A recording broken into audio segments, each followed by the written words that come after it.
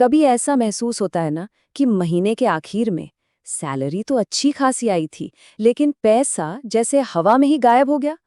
अगर हाँ, तो टेंशन मत लीजिए, आप अकेले नहीं हैं। ये तो आजकल हर किसी की कहानी है, एक ऐसी पहेली जिससे हम सब जूझ रहे हैं। तो चलिए आज इसी सवाल की जड़ तक पहुंचते हैं। सैलरी आती तो है, पर आखिर जाती कहाँ है? ये एक ऐसा बड़ा सवाल है जिसे हम आज नंबर्स और असलियत की मदद से सुलझाने वाले हैं। सारा का सारा खेल पता है इसी गलतफहमी का है। जो लोग साल के 10-15 लाख भी कमा रहे हैं, उन्हें लगता है कि अरे महीने का खर्चा तो बस 30 से 40 हजार का ही है। लेकिन जब असल हिसाब किताब की डायरी खुलती है ना, तो आंकड़ा सीधा उछलकर पहुंच जाता है लगभग 90,000 रुपए पर। इतना बड़ा गैप, ये पैसा जा कहाँ रहा है? चलिए इस जादू का पर्दाफाश करते हैं। तो अपनी जासूसी शुरू करते हैं। सबसे पहले हम बात करेंगे उन छोटे छोटे अदृश्य खर्चों की जो चुपचाप, बिल्कुल चुपचाप हमारी जेब खाली कर देते हैं। यकीन करना शायद थोड़ा मुश्किल हो, लेकिन सिर्फ और सिर्फ डिजिटल सब्सक्रिप्शन पर हम हर महीने औसतन लगभग 4,000 रुपये खर्च कर देते हैं। ये वो छोटे छोटे पेमेंट्स हैं जिन पर हमारा ध्यान तक नहीं जाता। अब जरा इस लिस्ट को देखिए, कितनी जानी पहचानी लग रही है ना? Netflix, Spotify, Zomato gold, YouTube premium, Amazon prime और हाँ, अब तो लिस्ट में नया खिलाड़ी भी है, चैट जीपीटी प्रो। 100-200 रुपए करके ये छोटे छोटे अमाउंट कब मिलकर एक बड़ा पहाड़ बन जाते हैं, हमें पता ही नहीं चलता। और फिर आता है कन्वीनियंस प्रीमियम, या फिर हम इसे मजाक में आलस टैक्स भी कह सकते हैं। मतलब हर चीज़ आसानी से और तुरंत पाने की कीमत, जो महीने के लगभग 7,000 रुपये तक चली जाती है। इसका एक क्लासिक उदाहरण देखिए। रेस्टोरेंट में जो खाना 300 रुपए का मिलता है, वही खाना फूड डिलीवरी ऐप्स पर आते आते 500 रुपए का पड़ जाता है। अरे भाई, platform fees, delivery charge, packaging, GST, ये सब जुड़कर कीमत को कहाँ से कहाँ पहुँचा देते हैं। और ये आंकड़ा तो और भी ज़्यादा चौंकाने वाला है। पास की दुकान से 100 रुपए का जो सामान मिलता है, वही क्विक कॉमर्स पर 625 रुपए तक का पड़ सकता है। सोचिए, 10 मिनट में डिलीवरी की सुविधा हमें कितनी ज़्यादा महंगी पड़ रही है। चलिए अब कहानी के अगले हिस्से में चलते हैं और देखते हैं कि कैसे कर्ज और वो टैक्स जो दिखते नहीं हैं, हमारी फाइनेंशियल हेल्थ पर कितना बड़ा असर डालते हैं। ये चार्ट देखिए, साफ साफ दिख रहा है कि सैलरी का 1/3 हिस्सा, मतलब 33%, सीधा का सीधा ईएमआई में चला जाता है। ये वो पैसा है जो किराया और घर के बेसिक खर्चों से भी पहले कट जाता है। ऑन एन एवरेज हर महीने लगभग 15,000 रुपये सिर्फ अलग अलग तरह के लोन और ईएमआई चुकाने में ही निकल जाते हैं।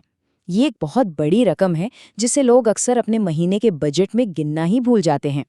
और यहीं पर सबसे बड़ा खेल होता है। हमारी सोच में एक बहुत बड़ा बदलाव आ गया है। पहले सवाल होता था, क्या मैं ये खरीद सकता हूँ? अब सवाल बन गया है, क्या मैं इसकी ईएमआई भर सकता हूँ? ये छोटा सा बदलाव ही हमें धीरे धीरे कर्ज के जाल में फंसा देता है। और फिर आता है वो पैसा जो सैलरी अकाउंट में क्रेडिट होने से पहले ही गायब हो जाता है। 15 लाख के सीटीसी पर बैंक में सिर्फ 1,02,500 के आसपास ही आते हैं, तो बाकी 18% कहाँ गया? प्रोविडेंट फंड, ग्रेच्युइटी जैसी कटौतियों में, जो हमें ऑफर लेटर में तो बड़े अच्छे लगते हैं, पर बैंक अकाउंट में कभी नहीं दिखते। और बात नहीं खत्म नहीं होती। जब हम कुछ भी खरीदते हैं, चाहे वो नया फ़ोन हो, रेस्टोरेंट का बिल हो या कोई और लाइफस्टाइल का खर्चा, हम उस पर जीएसटी भी देते हैं। ये छिपा हुआ टैक्स महीने के लगभग 10,000 रुपये और हमारी सैलरी से चुपचाप निकाल लेता है। अब पर्सनल खर्चों से थोड़ा आगे बढ़ते हैं और उस सामाजिक और पारिवारिक फाइनेंशियल प्रेशर पर एक नज़र डालते हैं जिसे बहुत से लोग महसूस कर रहे हैं। ये एक हैरान कर देने वाला आंकड़ा है। 35 से 50 साल की उम्र के 60% लोग आर्थिक रूप से खुद को बिल्कुल टूटा हुआ महसूस करते हैं। लेकिन ऐसा क्यों है? इसका एक बहुत बड़ा कारण है सैंडविच जनरेशन का हिस्सा होना। ये वो पीढ़ी है जिसके ऊपर अपने बढ़ते बच्चों की ज़रूरतें और बूढ़े होते माता पिता की देखभाल, दोनों की फाइनेंशियल जिम्मेदारी एक साथ एक ही समय पर आ जाती है। अपने माता पिता के मेडिकल बिल्स और रहने सहने के खर्चों में मदद करने के लिए कम से कम हर महीने 10,000 रुपये का एक और खर्चा चुपचाप हमारे बजट में जुड़ जाता है। चलिए अब फाइनल हिसाब किताब करते हैं और देखते हैं कि इन सब खर्चों को नज़रअंदाज करने की असली कीमत क्या है जो हमें चुकानी पड़ रही है।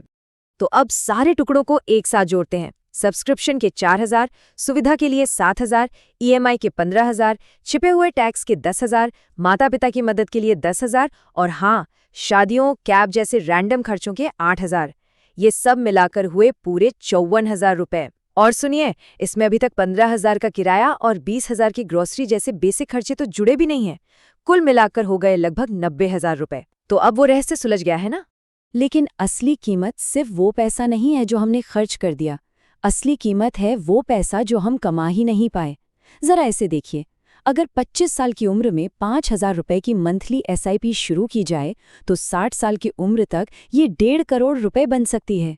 लेकिन अगर सिर्फ 5 साल की देरी हो जाए और 30 की उम्र में शुरू करें तो ये रकम सिर्फ 75 लाख तक ही पहुंचती है।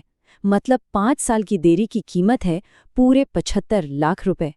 तो सबसे ज़रूरी बात यह है कि इसका मतलब ये बिल्कुल नहीं है कि ज़िंदगी जीना छोड़ दें, बिल्कुल नहीं। मकसद सिर्फ इतना है कि अपने खर्चों को सही सही ट्रैक करना शुरू करें। ठीक वैसे ही जैसे डाइटिंग शुरू करने से पहले हम वज़न तौलते हैं, किसी भी प्रॉब्लम को ठीक करने का पहला कदम उसे नापना ही होता है। आखिर में बस एक सवाल, अपने समय का मालिक होने का क्या मतलब होगा? जरा सोचिए, जब पैसों के लिए काम करने की मजबूरी खत्म हो जाए और कोई वो कर सके जो वो वाकई में करना चाहता है। फाइनेंशियल कंट्रोल का आखिरी लक्ष्य यही आज़ादी है।